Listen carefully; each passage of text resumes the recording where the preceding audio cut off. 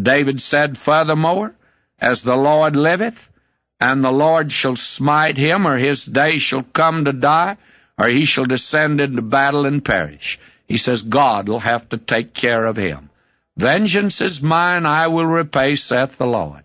And David is acting upon that principle. Verse 11, The Lord forbid that I should stretch forth mine hand against the Lord's anointed.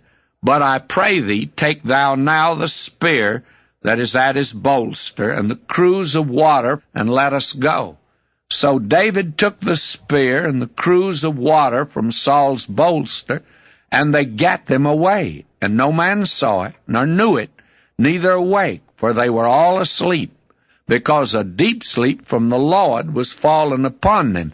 Well, it wasn't difficult, I would say, because I do not think the protectors of Saul were too loyal to him. I think they were glad to get a little nap here.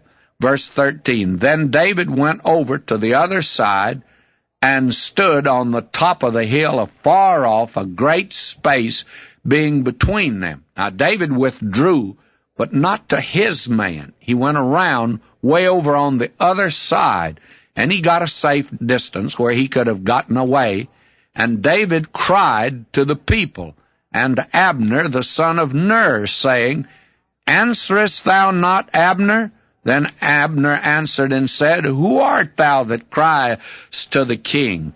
Now, very frankly, David, I think, is being very sarcastic here with Abner, who was the captain for Saul and should have been protecting him. And David said to Abner, Art not thou a valiant man? And who is like to thee in Israel? Wherefore then hast thou not kept thy lord the king? For there came one of the people in to destroy the king thy lord. The thing's not good that thou hast done. As the Lord liveth, ye are worthy to die, because ye have not kept your master the Lord's anointed. And now, see where the king's spear is, and the cruse of water that was at his bolster. And Saul knew David's voice, and said, Is this thy voice, my son David? And David said, It's my voice, my lord, O king. And what actually happened here, as you can see, is that David is ridiculing Abner, the captain. And he says, why, the king could have been destroyed. He could have been slain. And they begin to look around at each other, and the king wakes up, and he was wondering what's happened. He says, Look there and see where the spear is and the cruse of water. It's gone. And I think David held it up. And David said, Look, I've got it. I could have slain him, but I did not. That's the important thing again. He did not slay the king. And what a wonderful attitude this was, you see. God is going to handle it as far as David is concerned. It's easy to criticize David, is it not, friends?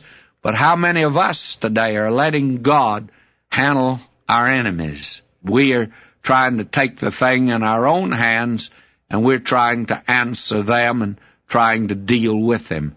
God says, let me handle it, and you walk by faith. Trust me. God says you can trust me. And you're going to find out David could trust the Lord, because the Lord will take care of Saul in time. Then Saul said to David, Blessed be thou, my son David. Thou shalt both do great things, and also shalt still prevail. So David went on his way, and Saul returned to his place. Now we find here that David is becoming very much discouraged in this constantly running away.